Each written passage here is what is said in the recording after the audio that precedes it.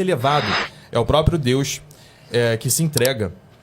Também perguntou se tem algum padre da igreja que responde aos pagãos dizendo que não é canibalismo. Nós temos uma obra inteira de Justino, que é a Apologia, para rebater essa acusação. Então não é um trecho, é um livro inteiro de Justino respondendo essa acusação de canibalismo. E outra, era uma acusação que era feita para todo o grupo de cristãos, não para um indivíduo, como você trouxe um exemplo aqui. Também perguntou para mim por que eu parei de usar o argumento da dúvida de Gelásio. Bem, porque eu trouxe a Bíblia, alguns textos dos padres da igreja e meu caderno, enquanto que o Banzoli está aqui com um computador. Ele deu uma risada aqui, mas isso você pediu para a gente fazer um debate mais elevado. Um debate de 10 minutos para cada um. E você me traz um computador com acesso à internet. A gente ficou 5 minutos aqui antes de começar com o Banzoli tentando fazer conexão no Wi-Fi. Um debate elevado não deveria ter acesso a recursos digitais. É um debate entre eu e você. Não pesquisar rapidinho ali para ver o que você vai responder para cada acusação minha. Isso é uma coisa muito séria, de nível de debate. Eu lamento que o nível do debate estava tão elevado, né? Até ele baixar o nível falando no notebook.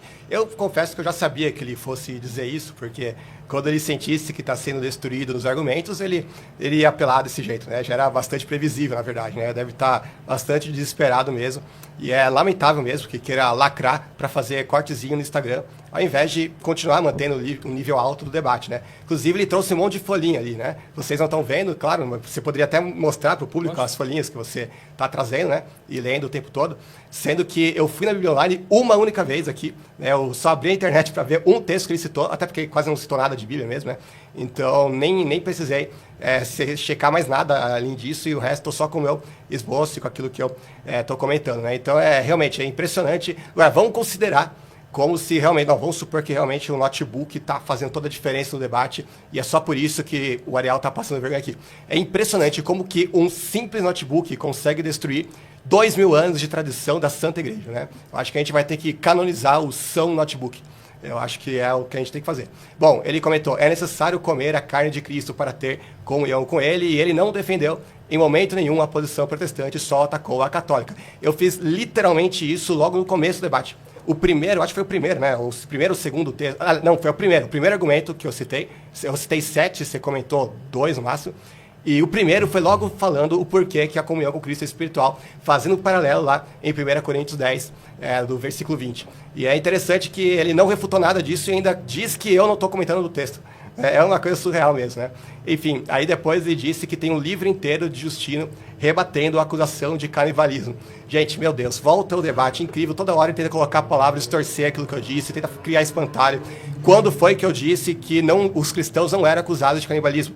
O que eu disse é que os judeus também sofriam a mesma acusação, mesmo sem crer na Eucaristia. Ou seja, eu falei que a acusação de canibalismo não era decorrente da Eucaristia em si. Então, ele que mostre esse tal livro de Justino aí que ele está falando, que a acusação de canibalismo decorre da crença dele na Eucaristia, que isso ele não mostrou de forma nenhuma e só distorce minhas palavras, né?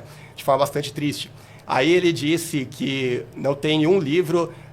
eu não sei nem se ele falou isso mesmo, eu acho que ele falou, né? Porque eu fiquei atordoado dele ter dito isso. Ele falou que nenhum pai da igreja interpreta João 6 simbolicamente.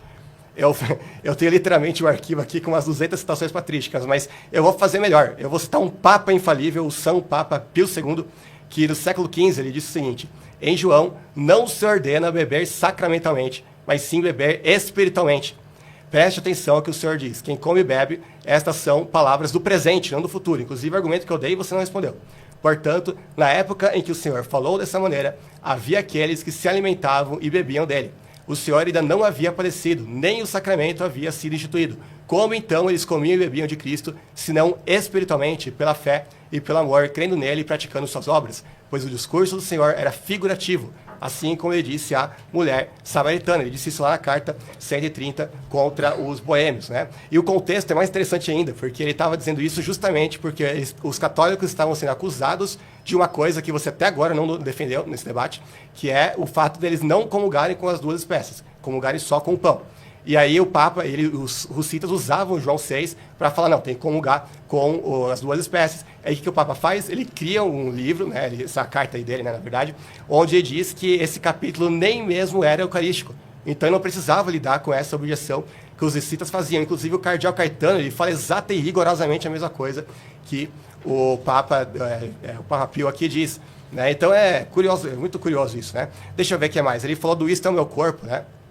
Já tinha explicado isso, mas vamos lá para João 16, 25. Olha que interessante. Ele vai dizer o seguinte: embora eu tenha falado por meio de figuras, é Jesus falando isso, vem a hora em que não usarei mais esse tipo de linguagem, mas lhes falarei abertamente a respeito do meu Pai. Mas espera aí, eles não dizem que Jesus não podia estar falando por meio de figuras na última ceia? Ele está aqui explicitamente falando que ele diz por meio de figuras. Aí depois, lá no verso 29, vai dizer o seguinte: isso já é depois da ceia, né?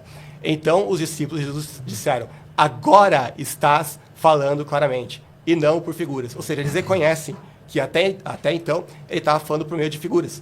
E mesmo assim, né, eles acham que não, Jesus não podia estar usando figura em relação à Eucaristia. Aliás, nesse mesmo contexto, Jesus vai chamar de fruto da videira, mesmo após a consagração. Deixa eu só tomar 14 segundos, tá? Não vai dar tempo.